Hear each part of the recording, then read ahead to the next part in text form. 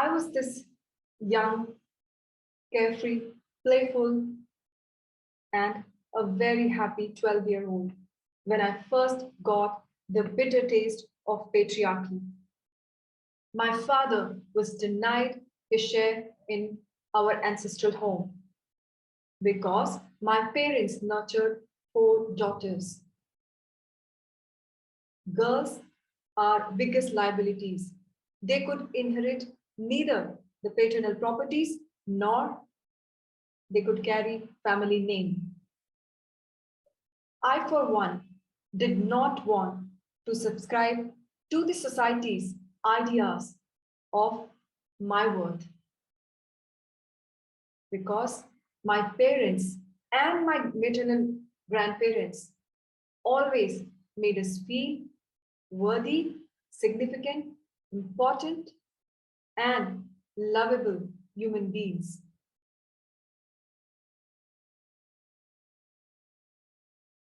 I wanted to join a career, therefore, which would give me equal opportunity and which was rare for women.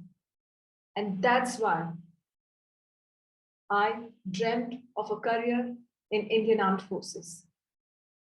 I worked hard and I was selected to be commissioned in the Indian Navy. A little disclaimer here. Career in the armed forces is not just a means to earn money. It is beyond that. It is an honor. It is a prestigious thing to do. It is a pride. It is patriotism in your blood. It is you dedicating your life towards a greater cause, towards your motherland. Well, as I'm speaking here today, there are only 704 women in the Indian Navy who are actively serving, which is only about 6.5% of total working active population of the Navy. Even though now we have women who are flying fixed-wing aircrafts in the Navy and flying fighter planes in the Indian Air Force, and a select few circumnavigating the waters of the world. The point is, we are a country of 1.3 billion population. And so the question is, are we equal yet? So let me take my story further. I rendered 12 years of service, that career which I loved and I always dreamt of. And then during my retirement, there was a crisis situation. That which 95% of women, especially working women, go through. It was an identity crisis. I was associating so much with my career, with my designation. Now, if I was not my designation, if I was not my profession, who am I? And why am I here in this world?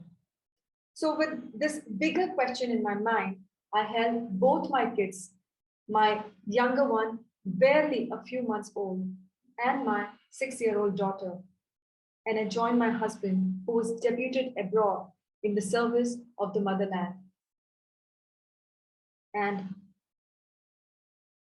for the fiercely independent and career-oriented woman that I was, sitting at home was never an option. And so I made the best use of my time. I explored that answer for myself. I wanted to uncover different layers of my personality so that I can get to that answer. as to who am I. And so I did everything that I could not do in those 12 years. I started reading. I did meditation, yoga. I ventured out with my kids, explored a few countries, and sometimes alone. I also took up coaching and mentoring adults and young boys and girls of that country. And therein, I realized that yes, this is my passion. I loved connecting with people. I loved seeing sparks in their eyes. I loved the fact that I was able to transform lives. And most of it was pro bono. But the inner satisfaction and contentment was huge. I also participated in a few pageants, one of which was held in Greece. And I bagged a title for myself, which was Mrs. India Worldwide Pride of Nation. I was part of several transformation programs, and I was now part of international community. Now, let me put a pause to my story here for a while, and let me bring out a few statistics which will give us a clear picture of our society. As per a very well-known research group, India will become most populous by 2050.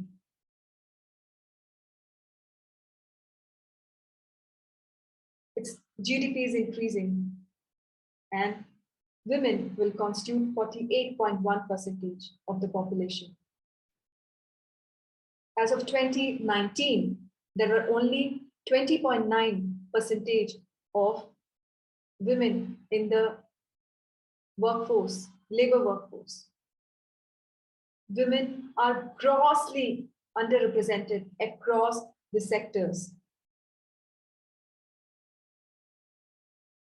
including the core sectors, which encompasses infrastructure-related sectors like oil and gas, only 7%, automotive, 10%, medical and pharmaceuticals, only 11%, and IT, 28%.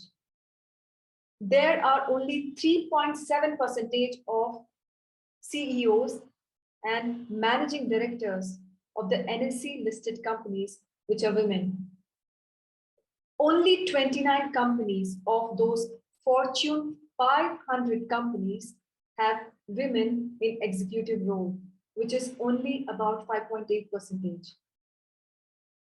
Again, in the year 2019, India elected women to fill 78 seats out of 542 seats in the lower house of the parliament, which was only 14.4%.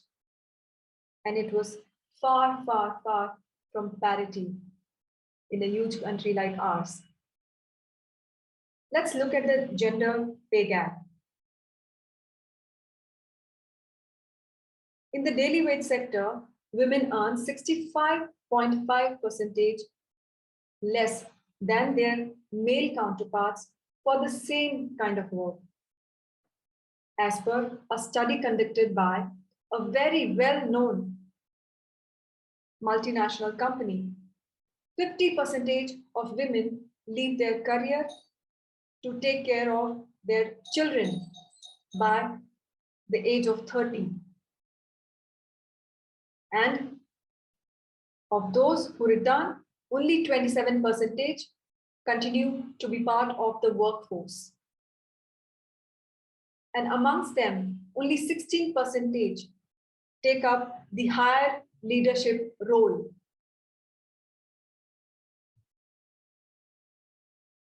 Clearly, India's workforce is tilted in favor of men and not so supportive of women.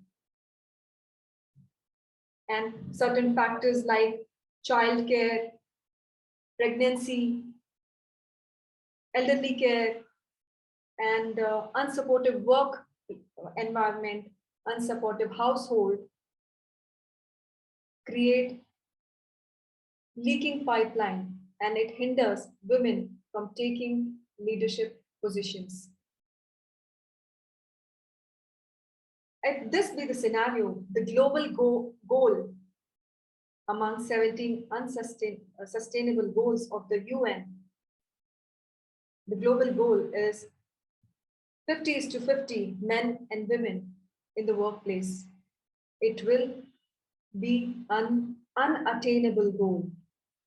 It will be a tall claim by 2030. Well, we can see that jobs are far and few. Jobs are not meant for everyone. But don't get me wrong. I'm not telling you to leave your job right now. Women should be financially independent in the contemporary era.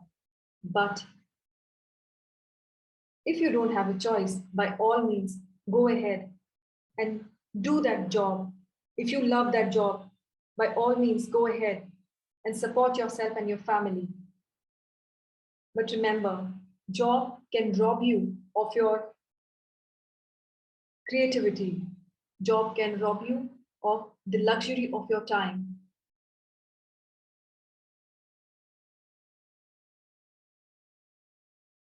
Fast forward 4 years from that day when I left the armed forces, I realized and I decided that I'm going to earn this much amount of money, X amount of money. And I made that money. And sometimes I made more money because I had realized my passion. I was pouring my heart and soul in my passion. So as I move forward, I want you all to ponder upon these important concepts. Number one, of time. Time only moves forward. It never comes back. So make a judicious use of time. Two, money. Money can come and money can go. You can always earn money. Three, passion. Passion is what you love doing. Four, purpose.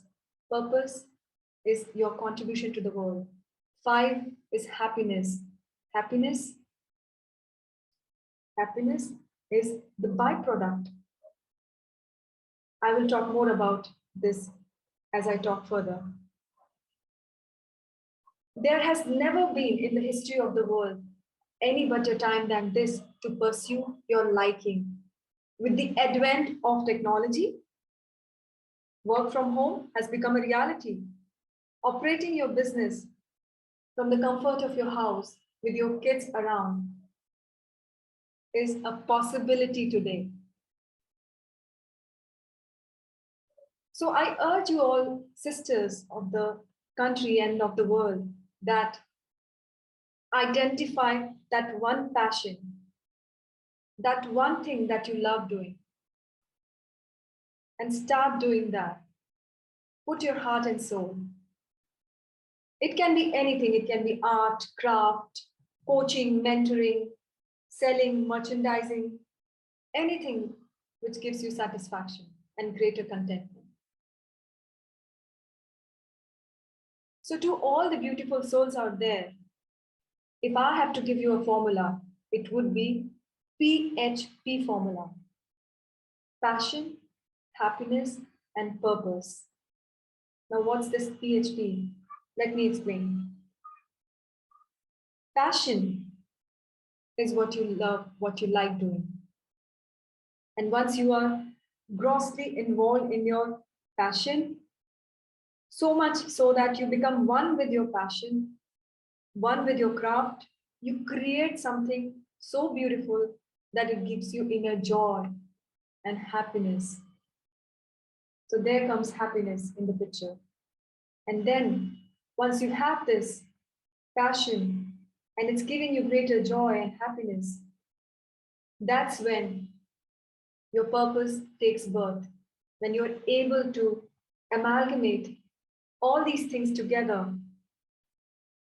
You're able to create a product for yourself and for the society, something which is tangible, or it may not be tangible, anything intangible as well. It creates greater fulfillment, contentment, and it adds meaning to your life. And so, to all my sisters and beautiful souls, to all the beautiful women out there, do not get disheartened. There is no perfect time and age to start anything. The right time is now. The right time is now. It's never too late to start anything. So what are you waiting for? Get set, go and live your dreams. Jai Hind.